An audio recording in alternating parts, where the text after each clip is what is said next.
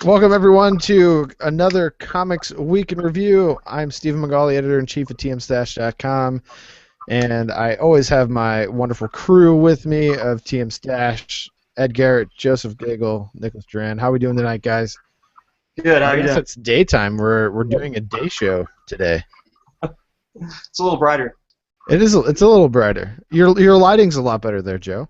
It's the light outside.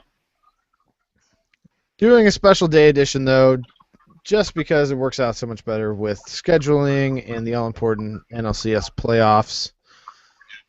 Sorry to our Tigers fans over there, but yeah, the Orioles were better. But an awesome week for comic book news with New York ComiCon this week. We had some fantastic things come out of there.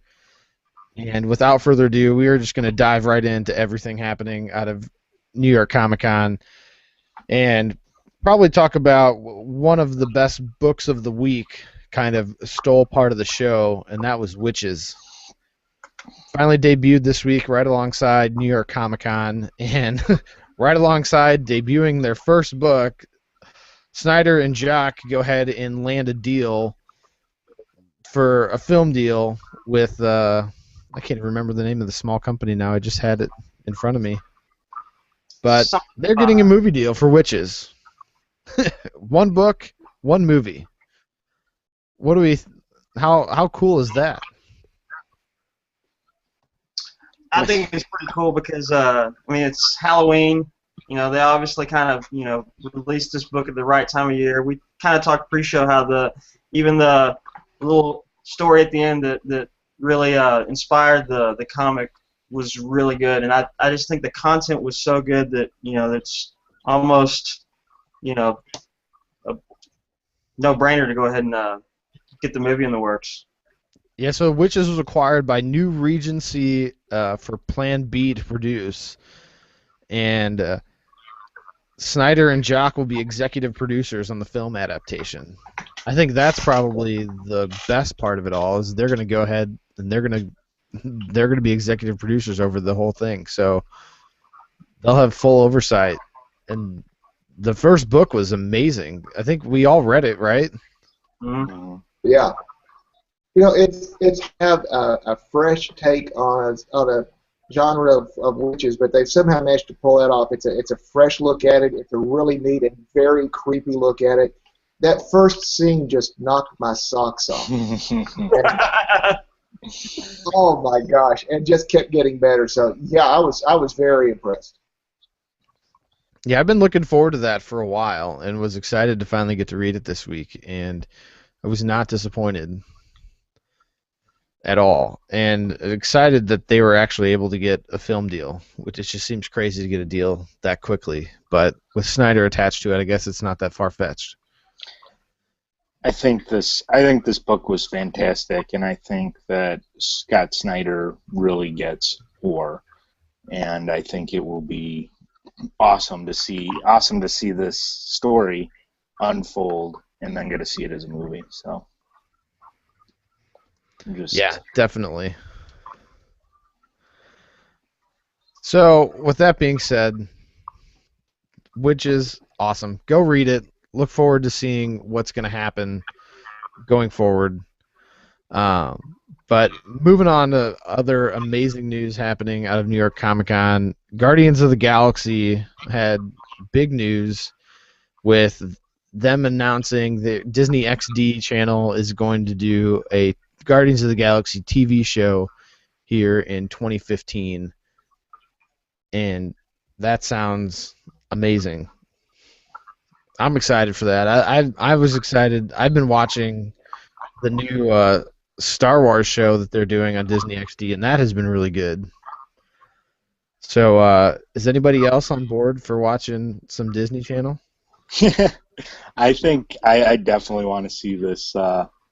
Definitely want to see this animated series. I think that everyone's riding the buzz right now on Guardians. It's still performing in the box office, and they're announcing all these different series, and I think this is a very smart move. I agree. I I think agree. it's gonna be pretty good. Although I think people have to keep in mind that it's it's on the Disney Channel, so there's there are going to be certain elements of it that some people are probably going to be like, "Rah." So you don't think there'll be any Jackson Pollock jokes? Yeah, that will be the only downside of being on Disney is that it will be very PG rated E for everyone type of dialogue going on within the show, but Yeah, you're guaranteed to have at least one child actor who's really well that they think is going to be the breakout star that has nothing whatsoever to do with the story. yeah, probably, but I think it's going to be an animated series, so I'm looking forward to it. I'm going to keep watching the Star Wars series too because I think that's been really cool too. But just got to keep moving on. There's so much news coming out of Comic-Con this week. Shocker news of Comic-Con. We're going to get an Archie Predator crossover. What the hell is this? I don't know much about it, but I just saw the headline and I was like, I might even have to check this out because I got the Death of Archie and it was pretty good. So, what's there not to like about Predators? So, how's that even going to be competitive? How's that going to be more than 3 pages? Predator appears, kills Archie, Predator leaves. Okay, Ed, you've been reading comic books for like 20 plus years. Have you ever seen a more off the wall crossover in your life? That would be hard to beat. I got to tell you, Archie, use your audio, Ed. Yeah, it's actually been 50 years, and I can't imagine something more off the wall than Archie versus Predator. But the guys at Archie Comics, this is a comic book series that goes back more than 50 years. The guys who are running it, they have really revitalized the characters here. They've done so many things that have caught national attention. Bringing in a gay character, having a gay wedding in there, having Archie die, now having him go against Predator, which he'll probably die again. But they're certainly not afraid to take risks over there. That's a really cool thing when you're writing comics.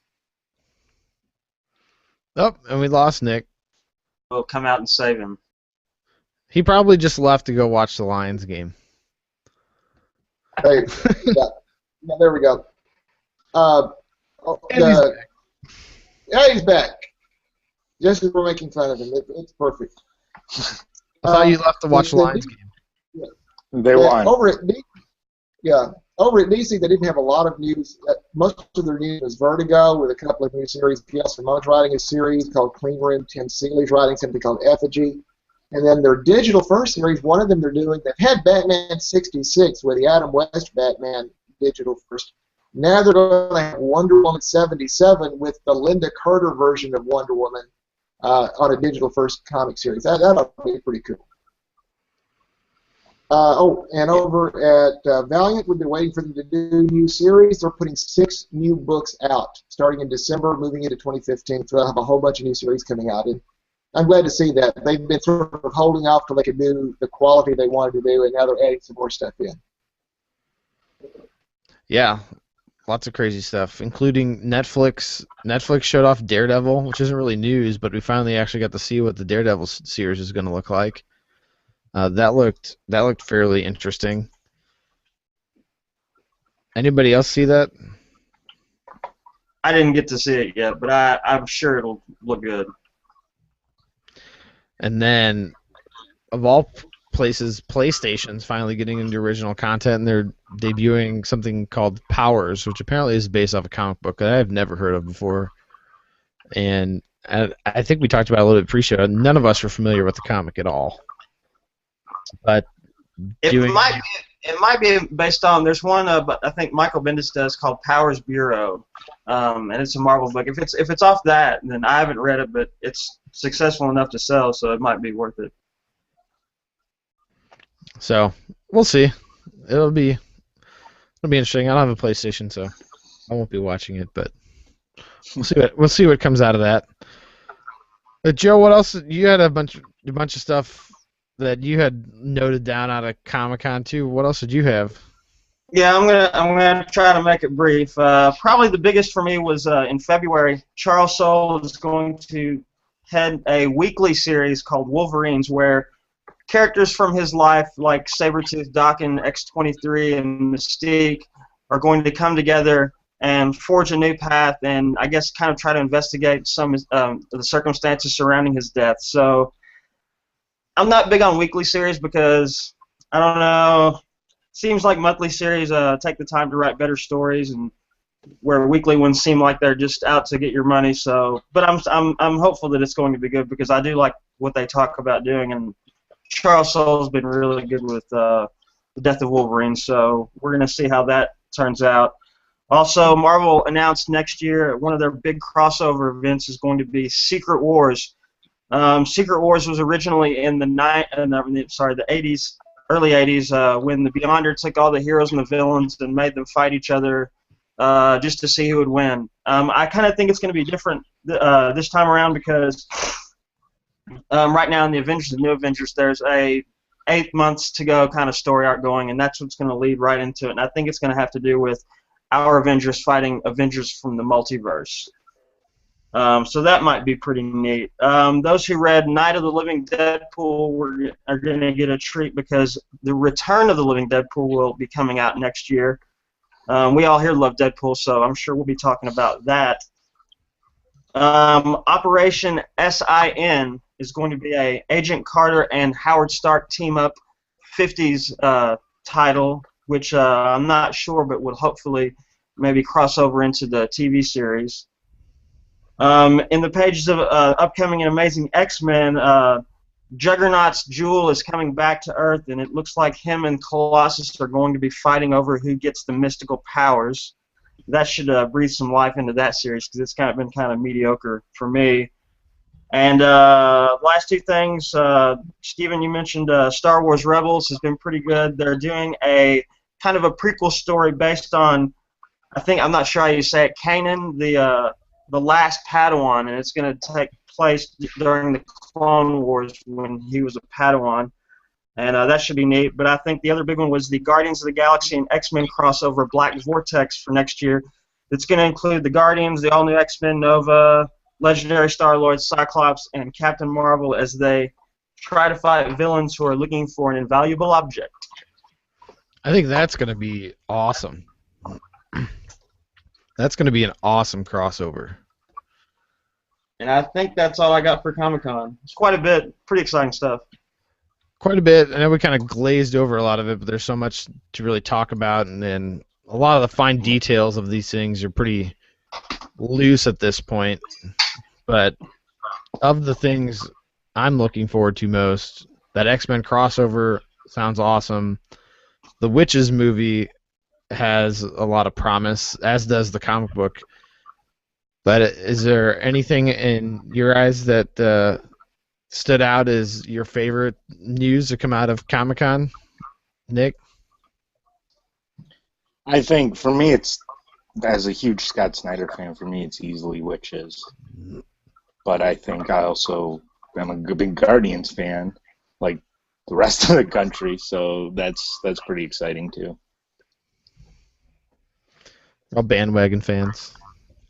But keep in mind, Steven, before that, they're going to do the Planet Symbiote crossover, so that'll be fun, too. Yeah, I've already kind of seen that, though. It's not really as exciting because we've already seen Symbiote show up in Guardian, so X-Men will be cool. Anything that stood out for you, Ed? You know, for me, just the little kid in me, seeing that there's going to be a Linda Carter Wonder Woman digital series is pretty cool. I've been reading a little bit of the description for the Gail Simone Vertigo series, and that looks pretty exciting too. So I'm looking forward to both of those. Joe, I'm sure you're probably looking forward to X-Men. Oh yeah, X-Men Guardians. I'm intrigued about Archie Predator. I haven't really gotten into Archie. My wife loves Archie. But I'm gonna go get that book as soon as it comes out and hand it to her and see what she thinks about Archie and Predator. Well, they did the Archie. I don't watch it, but I don't read it, but it's a zombie version of Archie that they do. And I heard I've that's not really read good. that. Yeah, so it sounds like while everyone's trying to lure in more female readers, it sounds like Archie's trying to lure in more male readers. Kind of going the opposite direction, but it'll be cool. Lots of stuff to look forward to in 2015, and that's pretty much where everything is going. But to get back to this week's news in comics, we had a ton of books come out. We already touched a little bit on Witches, but DC had an amazing Batman, from what I'm told. I didn't get a chance to read it, but the pre-show, Nick and Ed, you guys were geeking out over the new Batman book. He's back. Yeah, it's awesome. So this would be, to stay on the news of Scott Snyder, I think he did The Court of Owls, then he did The Family, or On the Family, or I can't Death of remember the the name. Family. Yeah. Yeah.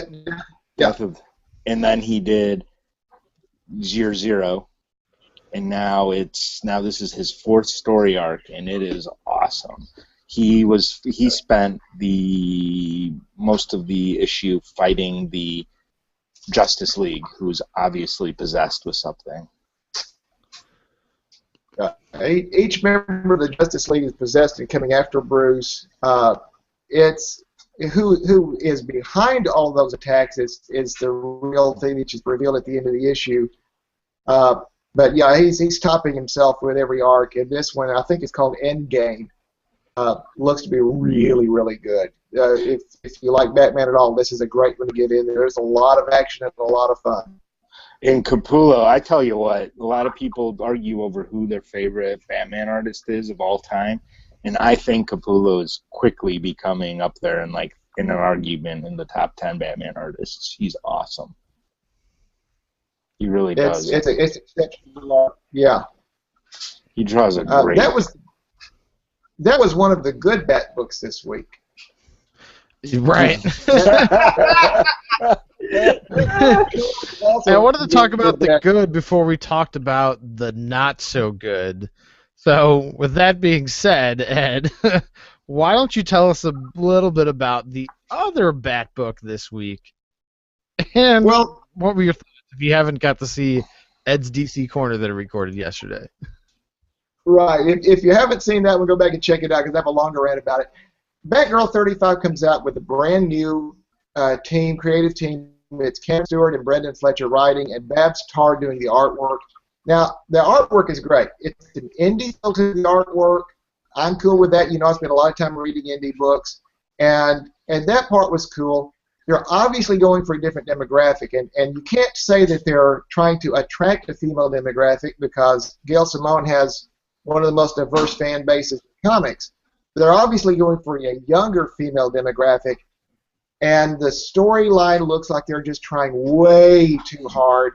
And there's a part of it that bothers me as an old guy, because if you're going for a young demographic, and your first thing is to have Barbara Gordon get so drunk that she blacks out and can't remember what happened the night before, I don't know that that's how you want to reach a young demographic. It's certainly not the message you want to be sending. Then they had her, a person with a photographic memory and the best computer skills in the DC universe, short of maybe Cyborg. Remember a web address? Are you kidding me? Then they have her be so irresponsible a friend that the reason she needs a new costume, by the way, costume, great design, should be cosplayed everywhere. But the reason for it is her old gear got burned up. She was storing it during her move to Burnside, and there were incendiary devices with it. They accidentally went off and burned it down, along with Black Canary's dojo and home. Problem with this is that Barbara did not get Black Canary's knowledge or permission to store anything there. They were actually on the outs at the time, way to use your friend Barbara. So yeah. The way they did her character, there was a lot of clunks in the first thing. I get they're trying to make her younger. I think they're trying to attract a younger demographic. I hope their next issue is a better transition than the first one. But they were trying really hard to be hip and trendy. and that was it. There were just a lot of levels that it missed for me. The artwork was great. We'll see how the stories pan out next issue. I call it Batgirl Tween Edition. It was bad. That's about it. Now, the reviews on the internet are all over the place. There's some folks who rated it 10. There's other folks who rated it 7. I'd tend to probably stick around 6.5 or a 7 because of the clunkiness in the story and the complete ignorance of what the basic character are. I think, but I'm hoping they get better. Go ahead, Nick. I feel bad for the fictional character Black Canary. Her poor dojo got burned down over bad story writing. Yeah. I felt creepy. I felt creepy reading it. Like for once, I felt like I am that old man who's reading comic books still, because it was bad. It was. Was this like dojos in refrigerators? Like I said in the pre-show, I was flipping through the book after you guys had sent like 50,000 emails back and forth through all of us talking about, as soon as you guys read Batgirl, about holy shnikes, what the heck happened to Batgirl. I immediately grab my iPad, download it, and start flipping through it, and I just go through it real quick, and it's like the first 10 pages, it's like, is that a whorehouse, or is that where Barbara lives, or D, all the above? 'Cause she's just walking around in a t-shirt and underwear half the book, and you're like, what is happening? This is an iconic character for her integrity, for her intelligence, for being a serious character. They've got her running around in her panties and a t-shirt. They've got her blacking out from getting drunk the night before. They've got her using her best friend.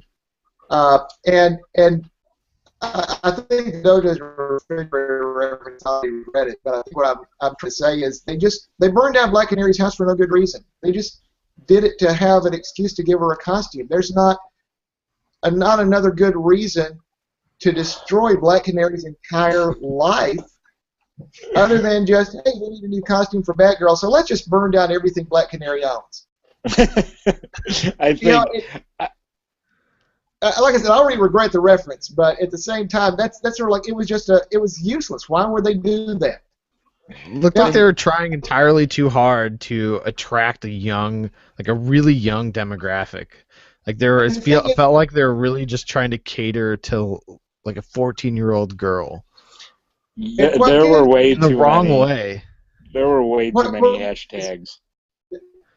Yeah, hashtag. I mean, part of that's cool. I mean, I think it's kind of cool seeing, like, to a degree, like them embracing like the new technology and dumping it in a comic. But it was way too much like a 14-year-old girl were writing a comic book on her cell phone. And it's like, oh yeah, I need to put hashtags and @ signs and pop-ups and screen captures on my iPhone and all of this throughout the whole book, and it was too much. But I like the premise of it. The idea. I mean, I think part of me looks at the book and is like, wow, that was bad. And then part of me looks at like some of the things that they did, and it's in a way it's kind of innovative in a way because you haven't seen a big push to really make these comics relevant in the 21st century. So that part of it's kind of good. Here's my question for you, Ed.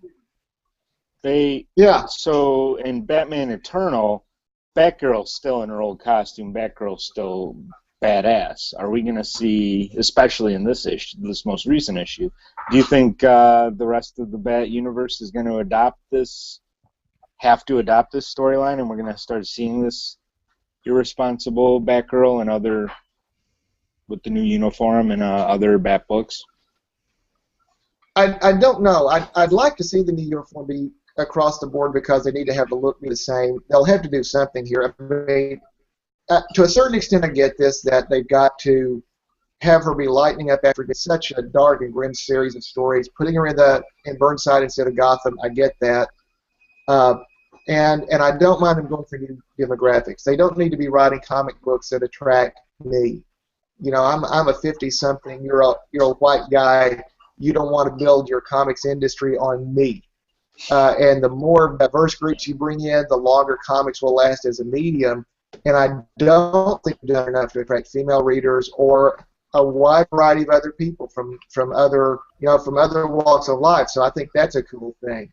But this was trying too hard, and in doing that, like they left behind Alicia, who was a great character that Gail Simone come up with, to replace her with a new roommate named Frankie. Sort of like, well, we'll take one of the first transgender characters in comics, replace her with someone who's bisexual, which, okay, that's cool too, but there was no explanation for the write-up. At the end of issue 34, they were going to move her and Sun together. They write her off in about one panel in issue 35 because they just wanted to dump what was there before. It felt like, let's dump everything Simone ever did on Batgirl. We're going to do something new, and we're going to be hip and trendy. I hope it works. I mean, I really do. And I hope that they sort of smooth out things as they get on their next issues. But it was pretty clunky. Not the big thing that saved it for me was the artwork. I thought the artwork was great.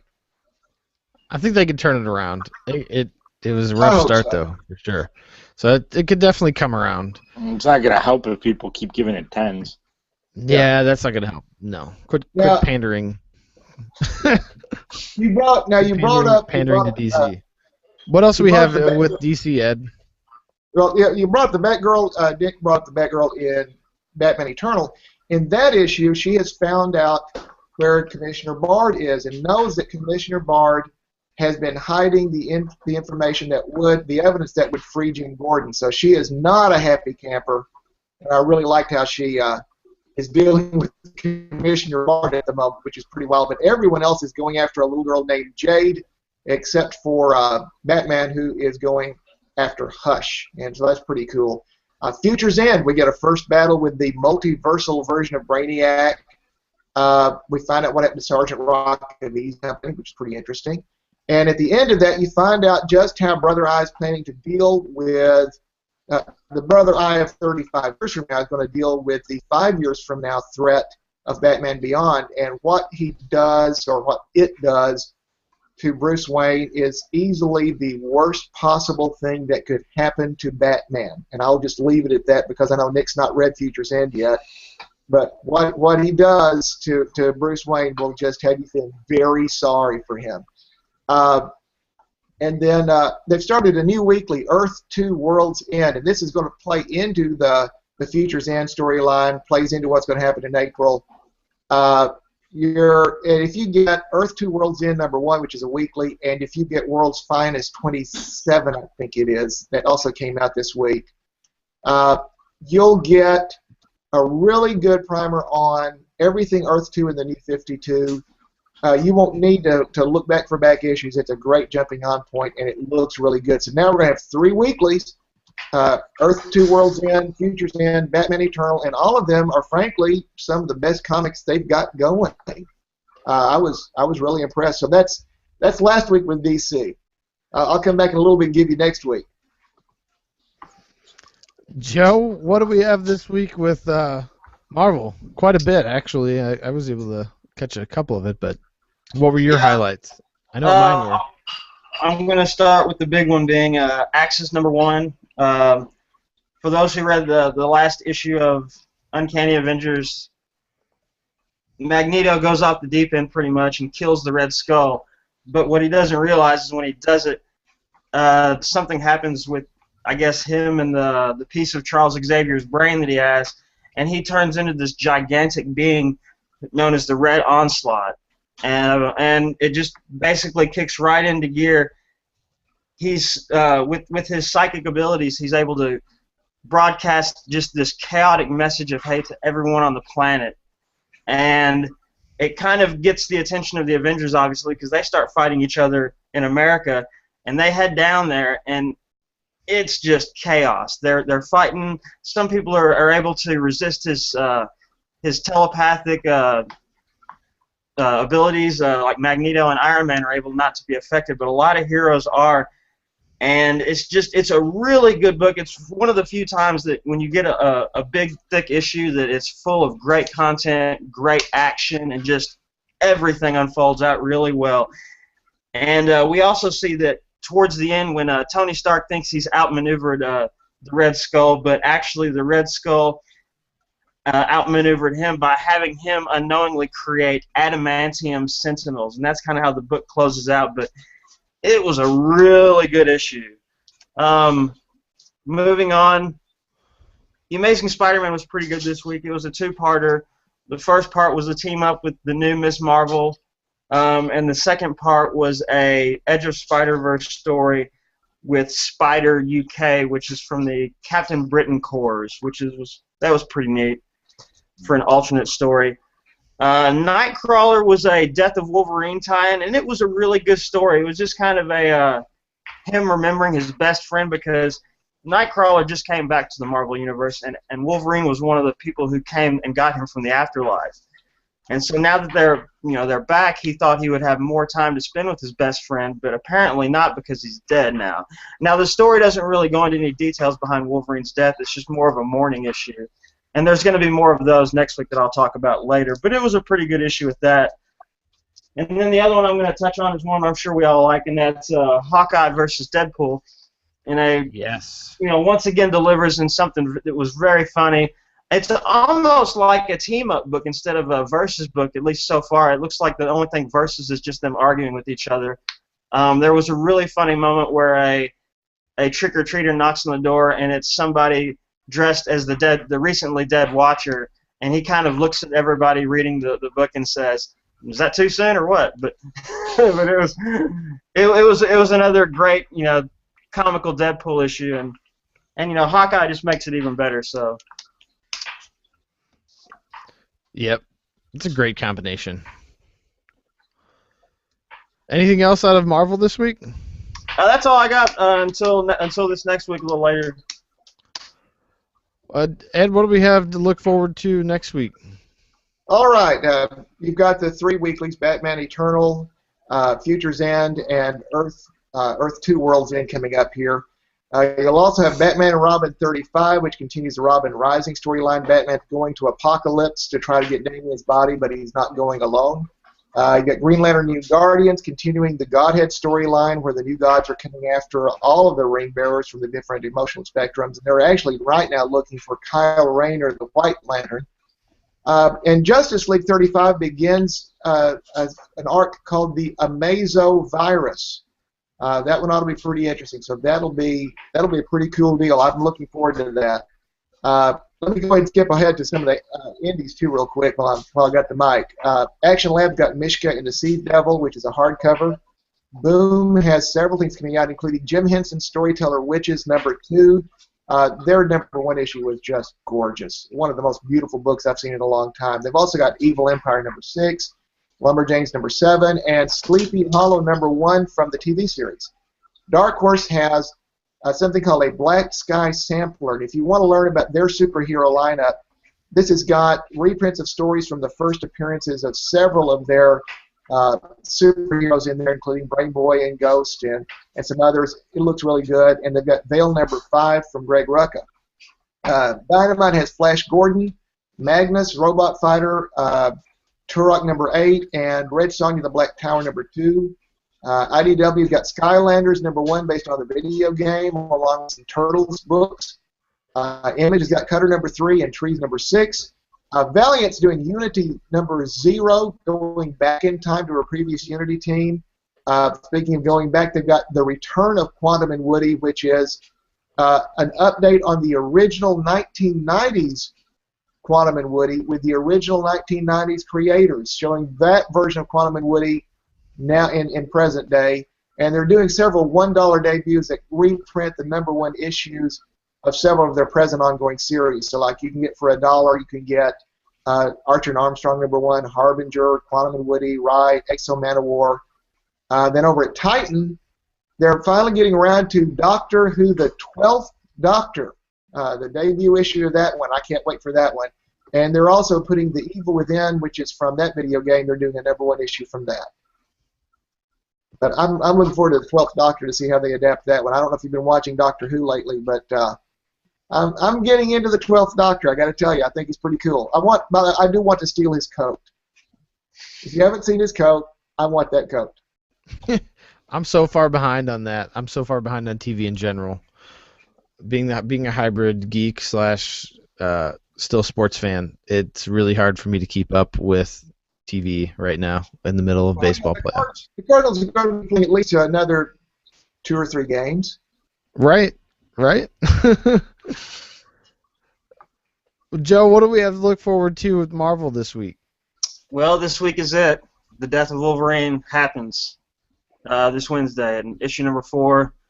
I've been looking forward to that and seeing how that comes into play. Also, Storm and Wolverine and the X-Men will have a tie into the Death of Wolverine, probably much like the Nightcrawler I mentioned earlier. Plus, the Death of Wolverine Logan's Legacy #1, which is a supplementary, I think 7-book run that's going to go after the Death of Wolverine. The Edge of Spider-Verse continues with #5. The last book of Original Sin, we got another one. It's an annual. They got to throw the annuals out, so that might be good. Avengers, or the Axis #2 is going to come out this next week. Magneto and Loki, Agent of Asgard, will be also an Axis tie-in. Spider-Man 2099 #5. Superior Foes of Spider-Man #16, still going strong. That's been a really good series, kind of about a little caper story with a lot of what I call the low-level lackeys of the Spider-Man universe, and it's still kicking strong. Miles Morales, The Ultimate Spider-Man #6, Fantastic Four #11, which, by the way, they've announced the Fantastic Four will be destroyed next year. I don't know if it means literally or just the team will be. It's 4 no more kind of thing. They're going to be gone.